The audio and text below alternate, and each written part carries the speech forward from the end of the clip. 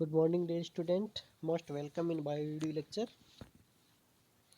और बच्चों, जैसे कि आपको पता है कि जो 23 नंबर का जो चैप्टर था वो अपन ने कंप्लीट कर चुके हैं और वो पूरा कंप्लीट रिवाइज सिलेबस में पूरा कंप्लीट चैप्टर ही था। तो कंप्लीट चैप्टर ही अपने उसको डिस्कस किया था। और आज जो अपने स्टार्ट करने जा रहे हैं वो एक बहुत ही महत्वपूर्ण और मोस्ट इम्पोर्टेंट जो टॉपिक है और मोस्ट जो मतलब लाइकेबल जो टॉपिक्स है बच्चों स्टूडेंट्स के लिए, जो फर्स्ट जो प्रायोरिटी किसी बायो जो सिलेबस वाले बच्चे की जो टॉपिक की या चैप्टर की होती है वो होती है blood circulatory system of the human. जो इंटरेस्टिंग टॉपिक है और सभी जो बच्चे हैं उस इसको लाइक करते हैं और सबका ही ये पसंदीदा चैप्टर होता है, क्योंकि ये एक इंटरेस्टिंग है और अपने जो सबसे महत्वपूर्ण जो सिस्टम है उसमें से एक ये सिस्टम होता है, most important system of the our body. ठीक है, मोस्ट इम्पोर्टेंट सिस्टम। इस सिस्टम के वगैरह हालांकि सारे के सारे सिस्टम है वो बहुत ही महत्वपूर्ण होते हैं फिजियोलॉजी की दृष्टि से, लेकिन ये जो सिस्टम है इसमें एक सेकंड की भी हेरा फेरी होते ही क्या होता है, अपना जो सिस्टम पूरा है वो डैमेज हो सकता है या नुकसान हो सकता है। तो आज जो अपन बच्चों स्टार्ट करने जा रहे हैं वो अपना जो बहुत ही महत्वपूर्ण टॉपिक है और blood circulation system of human. और ये जो अपन टॉपिक डिस्कशन करने जा रहे हैं ये इंट्रोडक्शन वीडियो है, इसलिए मैंने इसको इस वीडियो के माध्यम से बनाने की कोशिश किया है कि आपको बुक्स के माध्यम से ज़्यादा अच्छा समझ में आएगा। और ये इंट्रोडक्शन वीडियो इसलिए इसमें जो आगे के जो होंगे स्ट्रक्चर्स वगैरह होंगे जो अपन डिस्कस करेंगे स्ट्रक्चर बना के आपके लिए ज़्यादा अच्छा रहेगा वो। लेकिन ये जो इंट्रोडक्शन वीडियो इसको अपन इससे नोट्स के माध्यम से ही पढ़ेंगे। तो स्टार्ट करते हैं बच्चों अपना आज का topic, blood circulatory system of the human, जो आपके 24 नंबर का है। ये रिवाइज सिलेबस में पूरा का पूरा ही टॉपिक है। इसका जो लास्ट की जो डिजीज है, जो एक पेज का जो लास्ट का दिया हुआ है वो हटाया गया है बोर्ड ने, क्योंकि ये बहुत ही महत्वपूर्ण टॉपिक है, इसमें से कुछ हटा नहीं सकते अपन। और पूरा का पूरा ही आपस में लिंक्ड चैप्टर है, इसलिए इसके सारे टॉपिक हैं वो लिंक्ड है, इसलिए अपन इसमें कुछ ज़्यादा हटा जोड़ नहीं सकते। ठीक है, इसलिए ये पूरा टॉपिक है। इसमें से एक लास्ट का जो disease related to the blood circulatory system of human वो हटाई गई है। ठीक है, तो जो लास्ट का एक चैप्टर, लेकिन वो अपन डिस्कस करेंगे सारा का सारा जो चैप्टर जो रिवाइज सिलेबस में वो। तो जैसे बच्चों बात करते हैं कि यूनिसेलुलर ऑर्गेनिज्म बात करते हैं। आपको पता है यूनिसेलुलर ऑर्गेनिज्म, ठीक है, जो प्रोटोजोआंस होते हैं, अमीबा है, यूनिसेलुलर ऑर्गेनिज्म है। और हिप्लोब्लास्टिक, ठीक है, और हिप्लोब्लास्टिक यूनिसेलुलर ऑर्गेनिज्म और हिप्लोब्लास्टिक की बात करें तो यूनिसेलुलर ऑर्गेनिज्म हो चाहे हिप्लोब्लास्टिक हो या डिप्लोब्लास्टिक मल्टीसेलुलर ऑर्गेनिज्म हो, ध्यान देना। हिप्लोब्लास्टिक क्या मीन्स क्या होता है, during the embryonic development a three germinal layer is formed. Some organism in which the only one germinal layer is developed, ectoderm, and some of the organism in which the two germinal layer is developed, that is called diploblastic, that's ectoderm and endoderm. And some main develop organism which have the three germinal layer, ectoderm, mesoderm and endoderm। ठीक है, तो इस प्रकार से अपन बोल सकते हैं कि जो जर्मिनल लेयर होती है उसके आधार पर हिप्लोब्लास्टिक मतलब एक जो लेयर होते हैं एक स्तरीय होते हैं, डिप्लोब्लास्टिक जिनके टू जर्मिनल लेयर्स पाई जाती है और टू जर्मिनल लेयर्स होती है वो मल्टी सेलुलर होते हैं। ठीक है, तो यूनिसेलुलर ऑर्गेनिज्म है और यूनिसेलुलर ऑर्गेनिज्म और हिप्लोब्लास्टिक और डिप्लोब्लास्टिक मल्टी सेलुलर, मतलब डिप्लोब्लास्टिक नहीं है, थ्री जर्मिनल लेयर नहीं है, डिप्लोब्लास्टिक मल्टी सेलुलर है। Diploblastic multi cellular directly take O2 and nutrition from the medium. अब ये क्या कह रहा है कि जो डिप्लोब्लास्टिक होते हैं डिप्लोब्लास्टिक मल्टीसेलुलर हो या अपन बात करते हैं हेप्लोब्लास्टिक, एप्लोब्लास्टिक हो डिप्लोब्लास्टिक मल्टीसेलुलर हो, ठीक है, यूनिसेलुलर ऑर्गेनिज्म, ये क्या करते हैं directly take oxygen and nutrition from the medium. बताऊंगा कैसे, ठीक है, and exceed CO2 and excretory material in the medium. O2 को लेते हैं, न्यूट्रिशन को लेते हैं और CO2 और एक्सेट्री सबस्टांसेस होते हैं उनको ये मीडियम में छोड़ देते हैं। ओके, कैसे देखो, मान लो ये यूनिसेलुलर ऑर्गेनिज्म है या एप्लोब्लास्टिक ऑर्गेनिज्म है या डिप्लोब्लास्टिक मल्टीसेलुलर ऑर्गेनिज्म है। ठीक है, ये क्या करते हैं, O2 लेते हैं, ठीक है, न्यूट्रिशन लेते हैं और CO2 और एक्सक्रीटरी सब्सटेंसेस को बाहर छोड़ते हैं directly from their surface to the medium. मतलब मीडियम से लिया और मीडियम को उनके सरफेस के थ्रू डायरेक्टली ही दे देते हैं। ठीक है, ये होता है यूनिसेलुलर और एप्लोब्लास्टिक और diploblastic multicellular organism.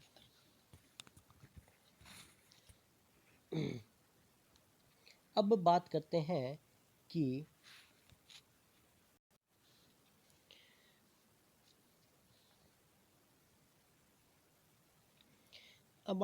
All cell of most of the multi cellular organism. अब किसकी बात कर रहा है ये, मल्टी सेलुलर जो ऑर्गेनिज्म होते हैं उनकी बात कर रहा है। All the cell of multi cellular organism do not have directly touch with the environment. जैसे अपन मल्टी सेलुलर ऑर्गेनिज्म है तो उनके अंदर अपनी जो सारी इंटरनल जो सेल्स होती है, अपनी एपिडर्मिस की बात करें, स्किन की बात करते हैं, तो वो एक्सटर्नल एटमॉस्फेयर से संपर्क में रहती है। लेकिन जो इंटरनल ऑर्गन्स की जो सेल्स होती है वो directly does not touch with the external environment. ठीक है, एक्सटर्नल एनवायरनमेंट से टच नहीं होती है। तो इसमें क्या होता है, जैसे so they need system which is can fulfil the need of gases exchange. तो उनके अंदर क्या होती है, ऐसे एक कुछ सिस्टम की या ऐसे सिस्टम की आवश्यकता होती है जो इसको गैसेज एक्सचेंज को और न्यूट्रिशन को सप्लाई कर सके, अंदर ले सके, और जो गैसेज हैं, जो CO2 है और एक्सेट्रा सब्सटेंसेस उनको बाहर एनवायरनमेंट में छोड़ सके। तो ऐसे सिस्टम की आवश्यकता होती है मल्टी सेलुलर जो ऑर्गेनिज्म होते हैं उनकी ईच सेल को। तो ऐसे जो सिस्टम होता है उसको क्या बोलते हैं, सर्कुलेटरी सिस्टम बोलते हैं। This type of system is called the circulatory system. इस प्रकार के सिस्टम को क्या बोलते हैं, सर्कुलेटरी सिस्टम बोलते हैं।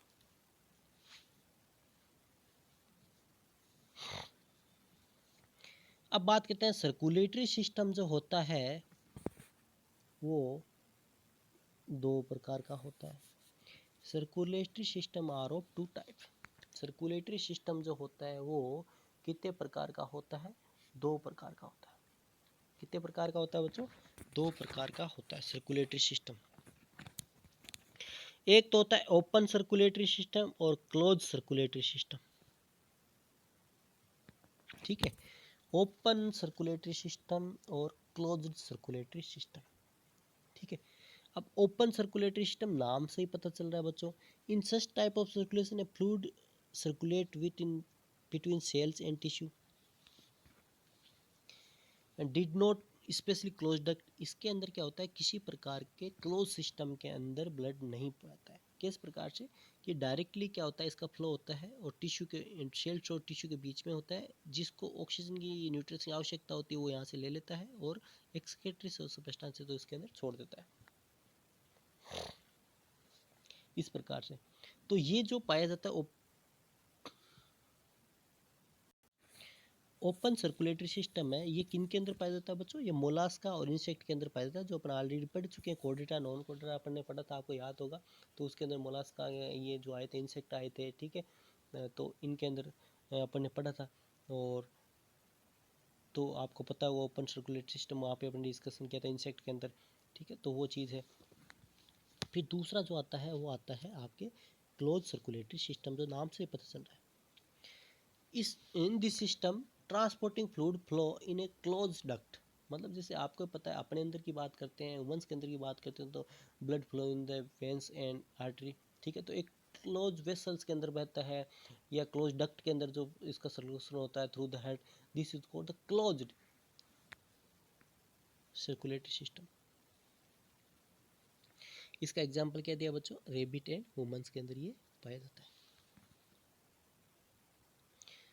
फिर बात करते हैं कंपोजिशन ऑफ ब्लड की बात करते हैं।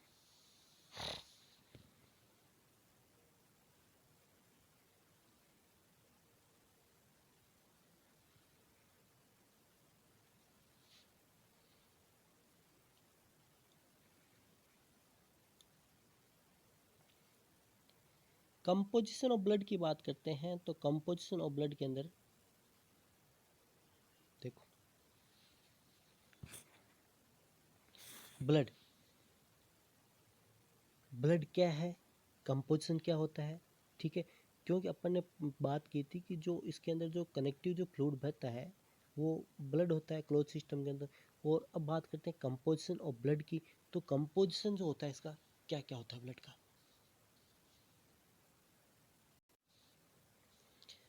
ब्लड की बात करते हैं तो blood is a connective tissue. क्या है, कनेक्टिव टिश्यू है। It is a viscous liquid है, ठीक है। सबसे पहले तो आपको याद रखना है ब्लड क्या है, कनेक्टिव टिश्यू है और ये विस्कस लिक्विड है, ठीक है। विच हैज टू पार्ट्स, इसके दो पार्ट्स होते हैं, प्लाज्मा और ब्लड कार्पल्स, ठीक है। प्लाज्मा होते हैं और क्या होता है, ब्लड कार्पल्स होता है। इसका दो पार्ट्स होते हैं, एक तो प्लाज्मा होती है और क्या होते हैं, ब्लड कार्पल्स होते हैं, ठीक है। मेन कॉन्स्टिट्यूट की बात करें तो मेन कॉन्स्टिट्यूट ब्लड का क्या है, प्लाज्मा है और ब्लड कार्पल्स है। अब देखिए कि ह्यूमन ब्लड का जो वॉल्यूम होता है कितना होता है, 5 लीटर होता है। ये भी आपको याद रखना है कि जो वॉल्यूम होता है ना, एक आइडियल हेल्थ जो इंडिविजुअल होता है उसके अंदर वॉल्यूम की बात करते हैं तो कितना होता है, 5 लीटर होता है। कितने लीटर होता है, 5 लीटर होता है, ठीक है। इसके बाद फिर बात करते हैं प्लाज्मा की, कि अपन को पता है कि तो ब्लड के कंपोजिशन की बात करें तो कंपोजिशन में दो कंपोनेंट्स मुख्य रूप से होते हैं, एक प्लाज्मा होता है, दूसरी ब्लड कार्पल्स होते हैं। सबसे पहले अपन बात करते हैं प्लाज्मा की। Plasma, the fluid part of blood is called the plasma. जो फ्लूइड पार्ट होता है, जो लिक्विड पार्ट होता है, ठीक है, ब्लड का, उसको क्या बोलते हैं, प्लाज्मा बोलते हैं। It contain 90% water. प्लाज्मा के अंदर क्या होता है बच्चों, 90% वाटर होता है, 10% different organic and inorganic substances होते हैं, इन सोलुबल और कोलोइडल फॉर्म में पाए जाते हैं, ठीक है। कि ये कह रहा है कि प्लाज्मा की बात करते हैं तो विस्कस होता है, ठीक है। ब्लड विस्कस और कनेक्टिव टिश्यू, इसलिए इसका जो मेन जो कंपोनेंट है प्लाज्मा है। प्लाज्मा का जो मोस्ट कंपोनेंट है या जो लार्ज अमाउंट पाया जाता है वाटर पाया जाता है, 90% वाटर पाया जाता है। जो रिमेनिंग 10% है उसके अंदर ऑर्गेनिक और इनऑर्गेनिक सब्सटेंसेस होते हैं।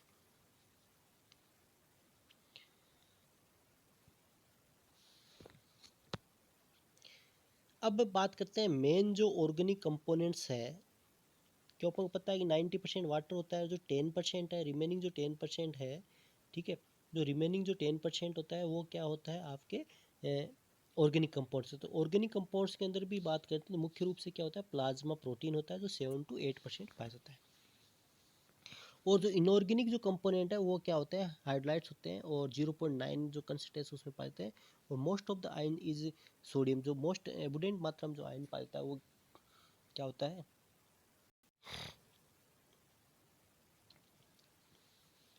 अब एक टेबल के माध्यम से बच्चों पर डिस्कशन करेंगे, क्योंकि ये टेबल डिस्कस करना इसलिए ज़रूरी है क्योंकि एनसीईआरटी में देर की है। बोर्ड के एग्जाम में तो इसके पूछने के चांस कम होते हैं, लेकिन एनसीईआरटी में ये टेबल दे रखी है, इसलिए जो अपन टॉपिक बायोमोलिक्यूल्स वगैरह पढ़ते हैं उसमें ये टेबल के कुछ पॉइंट दे रखे हैं। तो इसलिए कई बार नीट के अंदर यहाँ से क्वेश्चन आने के चांसेस बने रहते हैं, इसलिए अपन को वो भी डिस्कशन, यहाँ पे टेबल भी है वो मुख्य रूप से डिस्कशन करने की आवश्यकता है। तो main component of plasma and their जो फंक्शन है, इसमें टेबल में अपन जो मेन कंपोनेंट है प्लाज्मा के वो तो पढ़ेंगे ही पढ़ेंगे, साथ में ही उनके जो फंक्शंस हैं उनके बारे में डिस्कशन अपन करेंगे।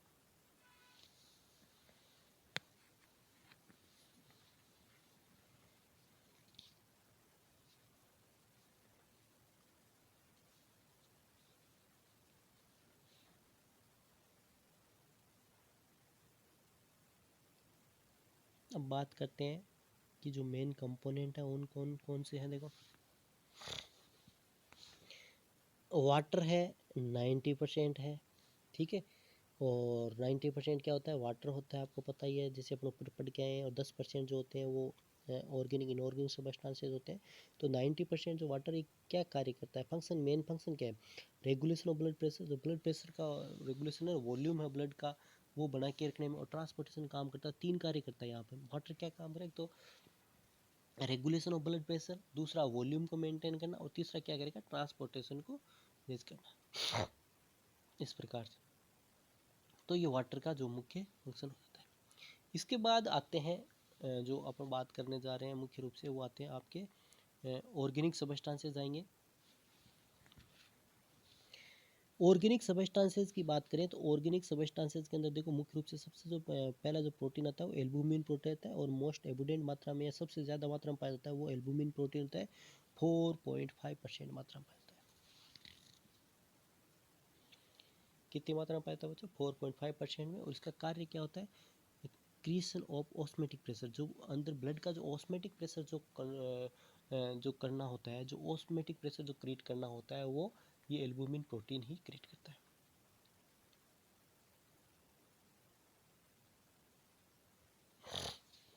और फिर बात करते हैं, दूसरा जो आता है वो आते हैं ग्लोबुलिन, अल्फा, बीटा, गामा।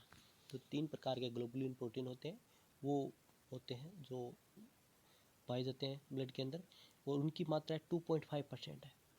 कितनी परसेंट है? 2.5%। एल्फा और बीटा जो गामा एल्फा बीटा जो ग्लोबुलिन प्रोटीन है वो ट्रांसपोर्टेशन का कार्य करते हैं, और जो गामा ग्लोबुलिन है वो आपको पता ही है एंटीबॉडी फॉर्मेशन का कार्य करता है। क्या काम करता है? एंटीबॉडी फॉर्मेशन का कार्य करता है।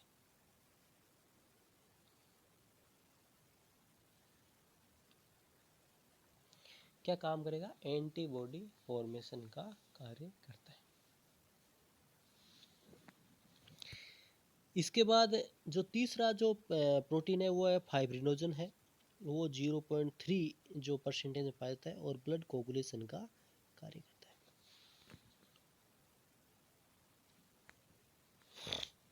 क्या काम करेगा? ब्लड कोगुलेशन कार्य करता है। ठीक है। फिर आता है, नेक्स्ट आता है प्रोथ्रोम्बिन, जो स्मॉल क्वांटिटी में पाया जाता है, बहुत ही स्मॉल क्वांटिटी में, और ब्लड कोगुलेशन कार्य करता है। आपको पता ही है, ये भी एक क्लोटिंग फैक्टर है प्रोथ्रोम्बिन, जो स्मॉल क्वांटिटी में होता है लेकिन ये ब्लड कोगुलेशन में कार्य करता है। इसके बाद ग्लूकोज। ग्लूकोज देखिए, ग्लूकोज एक ऑर्गेनिक जो सबस्टांसेज है जो 0.1% में पाता है, 0.1, बहुत बहुत कम है, और न्यूट्रिटिव मटेरियल है, और सेलुलर फ्यूल होता है। सेलुलर फ्यूल आप जानते हो, ये ग्लूकोज जैसे होता है, ये break down into the pyruvic acid, then ester coenzyme, and then enter to the Krebs cycle and break down CO2 H2 and generate 338 ATP, है ना, और 500 जो 686 किलो कैलोरी ऊर्जा जो एक ग्लूकोज मॉलिक्यूल से जनरेट करता है। तो इस प्रकार से ये क्या होता है? सेलुलर फ्यूल है, मतलब सेलुलर रेस्पिरेशन में काम आता है, और ब्रेक डाउन होता है स्मॉलर मॉलिक्यूल्स के अंदर, और एनर्जी जनरेट करता है, और वो एनर्जी क्या होती है? एक्टिविटी के अंदर अपने काम आ जाती है। इसके बाद नेक्स्ट जो आता है वो आता है आपके एमिनो एसिड्स। एमिनो एसिड्स आपको पता ही है, 20 टाइप ऑफ एमिनो एसिड्स होते हैं, वो पाए जाते हैं। 20 type of amino acids found in the और बॉडी। ठीक है। उनमें से जो होते हैं 0.04% है न्यूट्रिटिव मटेरियल होते हैं। न्यूट्रिटिव मटेरियल एमिनो एसिड्स क्या होते हैं? Different type of protein synthesis करने में काम आते हैं। ठीक है। और डिफरेंट टाइप जो बायोमोलिक्यूल्स उनको जनरेट करने में काम आते हैं। तो ये भी एक न्यूट्रिटिव वैल्यू उनकी एमिनो एसिड्स की होती है। इसके बाद आता है फैटी एसिड और गिल्सोल। फैटी एसिड्स होता है, ये आपको पता ही है, 0.5 पर कंसंट्रेशन में पाया जाता है, और ये न्यूट्रिटिव मटेरियल है। फिर बात करते हैं, जो अपन बात करते हैं हार्मोन्स और एंजाइम की बात करते हैं। तो हार्मोन्स और एंजाइम क्या होते हैं बच्चों? हार्मोन्स और एंजाइम की बात करें तो हार्मोन्स और एंजाइम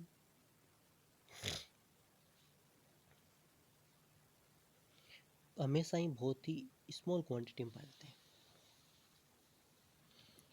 हार्मोन्स और एंजाइम की बात करते हैं तो ये क्या करते हैं?